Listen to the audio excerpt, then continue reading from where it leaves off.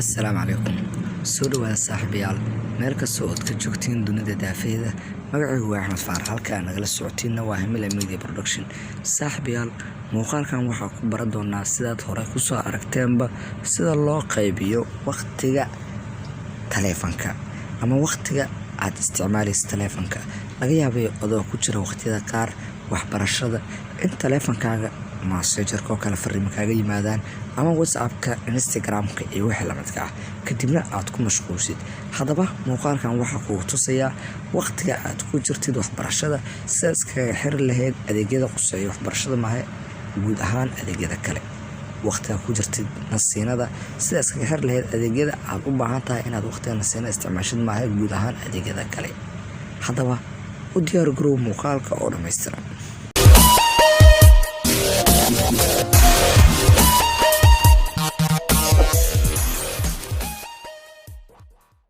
Hagaag saaxiibayaal, ugu horreyn waxaad soo furaysaa aaladda loo yaqaano setting-ka. Kadibna markaad setting-ka saa u soo furtid, hoos ayaad u soconaysaa ilaa inta aad ka arkaysid meel ay ku qoran tahay Digital Wellbeing and Parental Controls. Kadibna ayada ayaad furaysaa.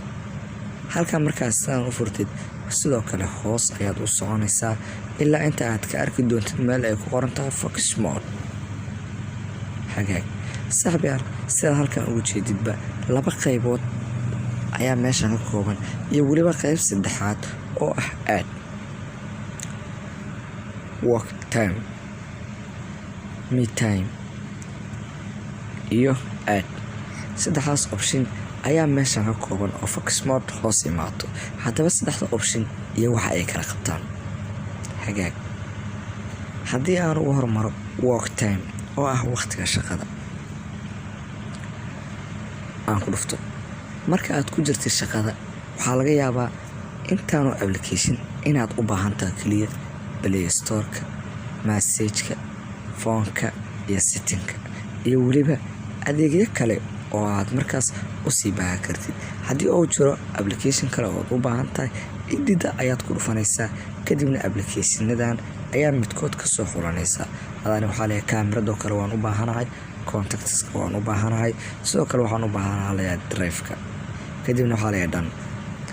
Haddaba intaanu application si aan u isticmaalo waqtiga aan shaqada ugu jiro aysan messengerka, Facebook-ka, WhatsApp-ka, Instagram-ka, YouTube-ka guud ahaantood aysan fariin iga imaanin, waxaan leeyahay start. Hagaag saaxiibayaal, start marka ay raado bal haddaba aynu fiiriyo applicationada taleefanka ugu jiro kale in ay shaqeynayaan iyo in kale.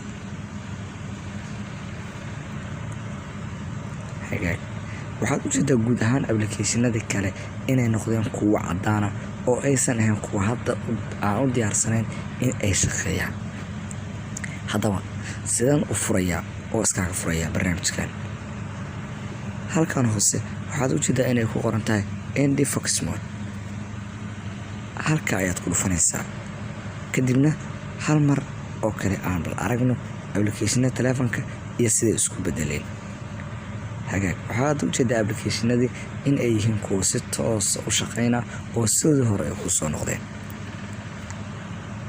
Hagaag waxaan sidoo kale leeyahay isla meeshii aan ku noqonayaa. Isla meeshii markaan ku noqdo oo Digital Wellbeing aan ku dhufto, kadibna aan hoos u socdo. Hagaag waxaa leeyahay halkan ay ku qoran tahay me time. Me time-ka oo kale edit ayaa iyadana leeyahay. Kadibna waxaan leeyahay guud ahaanba applicationadu ha ii shaqeeyaan. Select all ayaa ku dhufanaya, kadibna waxaa leeyahay 120 application ee ku jirta taleefankan ha ii shaqeeyaan. Hagaag kadibna waxaa leeyahay done. Done marka ay raado next start ayaan leeyahay. Hadda waxaa u jeedaa guud ahaan applicationadu in ay yihiin kuwa ii shaqeynayo. Waxaan u baahanahay waqtiga aan ku jiro waxbarashada in ay ii shaqeeyaan kaliya application gaar ah. Haddaba si aan u sameeyo taas waxaan leeyahay add. Halkan ayaa wax ku qorayaa waxbarasho.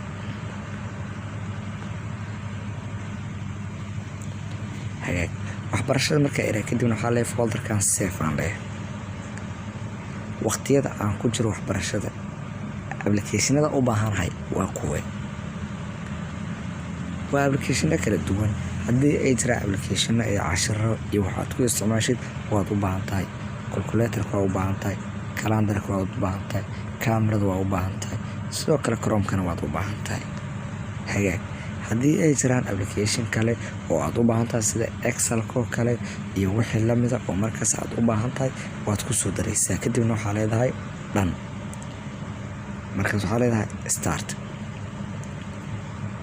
hagaag hal mar ayaynu tagno bal applicationada kale iyo siday isku bedelaan. waxaa ujeedaa applicationadan guud ahaantood in ay madoobaadeen, keliya ay shaqaynayaan applicationadii aan dalbaday. sidoo kale si aan ayagana uga qaado waxaa leeyahay indi. saaxiibayaal qaabkan qaab ka fudud ayaa jiro oo inaa ku dhaho sitika gal kadibna kasii gal digitalka. halkaas waxaa kaaga sahlan hal mar inaad taleefankaaga saan usoo gedisid kadibna aad sidaas u socotid. halkan waxaa uga jeedaa in ay kugu qoran tahay focus mode, ayada ayaad ku dhufanaysaa. markaad sidaas ugu dhufatid waa kana meeshii hadda aan joognay oo shaqadii hadda halkan ayay ku jirtaa. haddii ay tahay markii ugu horeysay channelka hanaga hilmaamin inaad subscribe saartid. haddii aan nagala socotid Facebook page-na muuqaalka like saar sina share gareey si asxaab badan u faa'iideystaan. haddii tahay markii ugu horeysay page-ka hanaga hilmaamin inaad follow saartid. ku mahadsanid.